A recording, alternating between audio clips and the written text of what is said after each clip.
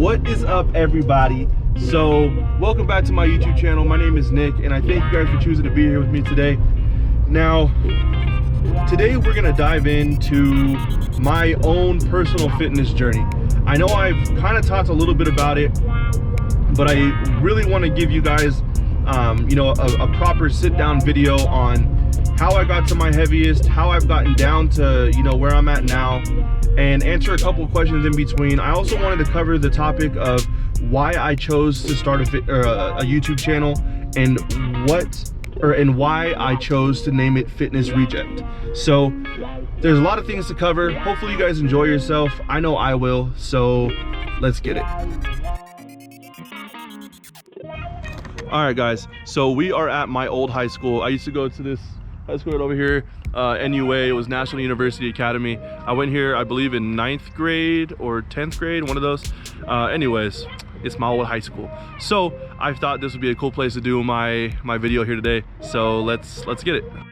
All right, guys, so thank you so much for joining me. We are gonna dive right into this video. I have a few notes down here that I'm going to continue to look at, so part of me, if I'm looking down quite frequently, I just want to make sure that I'm able to stay on track with what I'm talking about, and also that I'm able to answer the questions that I have for myself. So, have I always been fat? The answer is very plainly no, I have not. I did not struggle with my weight for a very, very large portion of my life. Growing up, me and my brother were always super active. We skateboarded and we were bodyboarding and surfing and going to the beach and swimming and playing different sports together. All that good stuff, that kept us in great shape for quite a while, And my diet was horrible growing up. My diet consisted of hot Cheetos, Takis, Top Ramen, and Arizona iced teas. That's for reals all we were eating. And actually when I was going to high school here, so right over here, this building, I don't know if you can see it, but this building right here used to be Sam's Club. So we used to walk down there and we would just go grab like a hot dog and a drink, and it was like $1.50. So that was cool for us. We were just eating what was cheap, and that did us right for a long time, but if I could say anything about that, it would be that I didn't ever really learn what a portion size was. I didn't learn how to control myself with eating. I didn't, I would eat until I was like super full and I couldn't move and breathe. Like, I always would eat that way. So for me, I really just never had to pay attention to it. So as I got older, I stayed in pretty good shape, and then I lost a bunch of weight, and I ended up joining the military. And when I joined the military, I was about, I don't know, I'd say probably 185 or so. And then after basic training, I was about 213. And then I ended up going to Korea for my first duty station, and there I got up to 230. But I wasn't like a fat 230. I was like a pretty yacked, super stacked 230. And I was working out a lot. I was a cook in the military, so I was able to make sure that my nutrition was on point.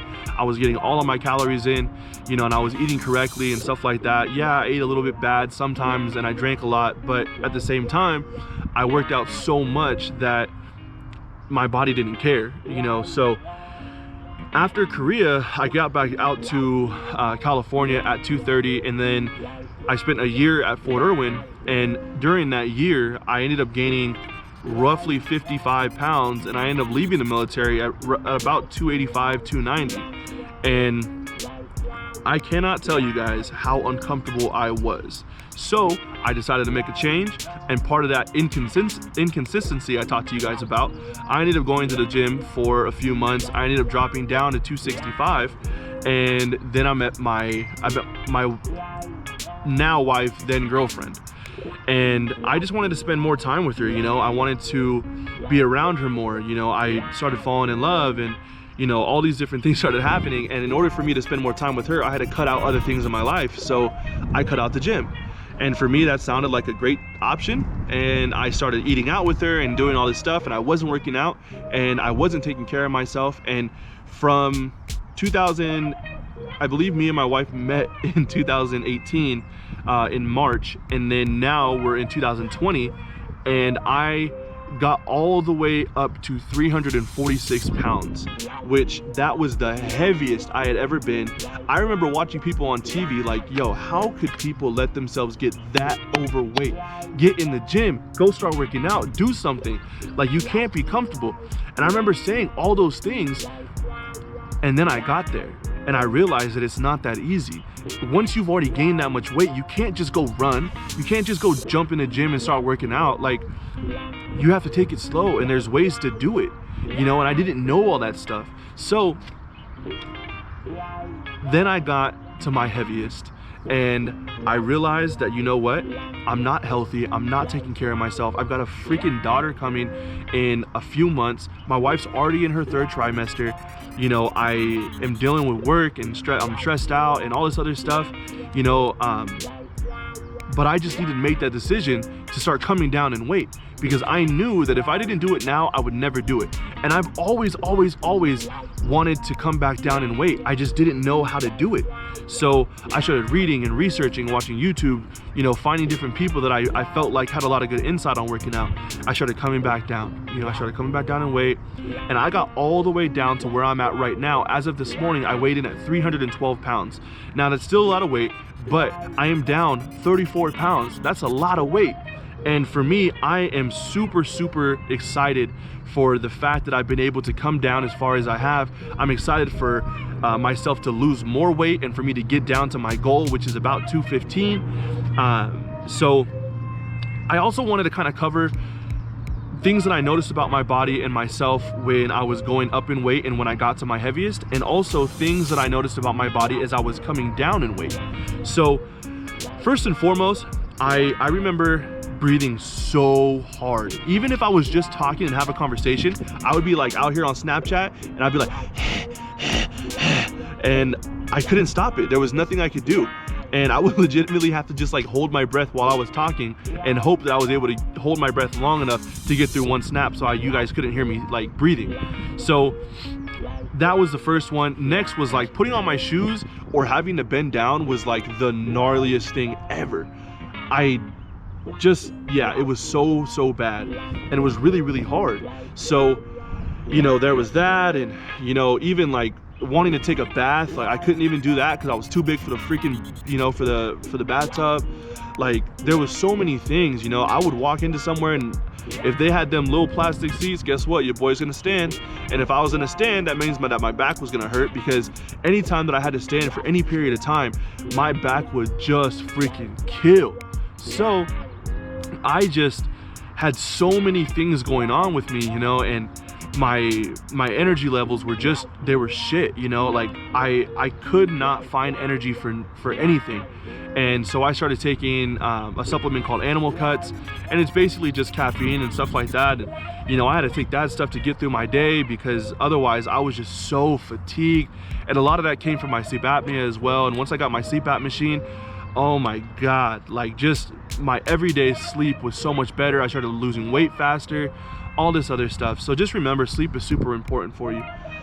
So next is things that I noticed about my body as I was coming down in weight. I noticed that it was easier to bend down. It was easier to put my shoes on. It was easier to breathe. It was easier to do a lot of things. I noticed that I started getting cold. It's actually kind of cold right now, but I'm still okay. I was always the type of person that had, you know, shorts, flip-flops, and no shirt on, because I was always hot, you know. And now I'll wear a freaking jacket to bed, and my wife's like, yo, what the hell? Because she's never seen me wear a sweatshirt or anything like that, you know, to bed. And honestly, like, just coming down this little bit of weight of 34 pounds is changing my life ever so slightly. Like, I noticed so many things. Even getting in my car, I drive a little Honda Civic Si, and you know, now I fit better in my car. I feel like I'm, you know, as I'm shifting, and I used to have to lean super far this way because I was just, I don't know, it always felt more comfortable. And now I can sit straight, and I can, you know, all that good stuff. And even as I start to buy clothes, you know, I have to dress relatively nice for work. And you know, for me, I always hated going to shop for clothes because I knew that I was gonna have to be in the big and tall section. and you know, a 2X no longer fit, and you know, I was super bummed out about that, you know. And now I can, you know, I just went to Men's Warehouse and I got a couple new shirts and I was so stoked. And you know, I got 2 new jackets, and I'm gonna get a suit and stuff like that made, you know, once I lose a little bit more weight as well. And all that stuff just helps make me feel better, you know. So in order to kind of keep this ball rolling, I just wanted to give you guys a couple tips when it comes to losing weight for yourself. You know, just number one, don't pay attention to nobody else. Don't let nobody judge you, you know, because what you're doing is for yourself. It's not for nobody else. Yeah, it'll make you feel better if, you know, guys or girls start looking your way, but ultimately you're doing it for yourself, for your own esteem, and you know, all that stuff. So just remember that you're nobody's property and that nobody has the right to judge you.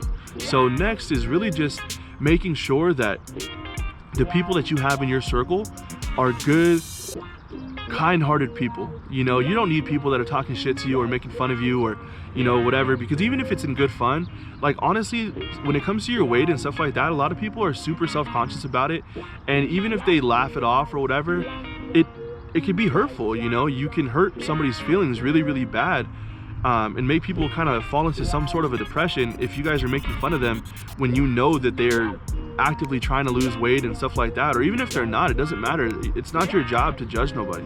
So the last portion is really just to, you know, find out what kind of makes your TikTok type of thing.